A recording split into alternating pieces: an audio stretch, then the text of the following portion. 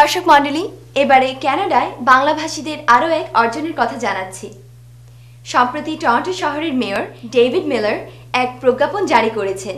এতে বৃহত্তর টরন্টোবাসীদের 2006 সালের 21শে ফেব্রুয়ারি থেকে আন্তর্জাতিক মাতৃভাষা দিবস পালন করতে উৎসাহ জানানো হয়েছে। টরন্টোতে বসবাসরত বাংলাদেশি সাংবাদিক মোহাম্মদ আলী বুখারী, টরন্টোর সাপ্তাহিক পত্রিকা বাংলা রিপোর্টার, বাংলাদেশ অ্যাসোসিয়েশন ও বাংলাদেশ সোসাইটির ঐকান্তিক প্রচেষ্টায় ত্বরান্বিত হয়েছে এমনই একটি বড় অর্জন। দর্শক মণ্ডলী, আজকের অনুষ্ঠানটি আমরা শেষ করছি টরন্টোতে বসবাসরত আরও এক বঙ্গ সন্তানের একটি স্বপ্নের কথা দিয়ে। টরন্টো শহরের আক্তার হোসেন জীবিকার পাশাপাশি লেখালেখি করেন স্থানীয় বাংলা পত্রিকায়। এখন তিনি স্বপ্ন দেখছেন আগামীতে 21শে ফেব্রুয়ারিকে কানাডার সরকার জাতীয় ছুটির দিন ঘোষণা করবেন।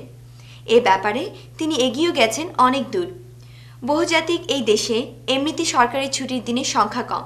এইসব মিলিয়ে তিনি কানাডার প্রধানমন্ত্রী থেকে প্রয়োজনীয় সকল পর্যায়ে যোগাযোগ রক্ষা করে চলেছেন।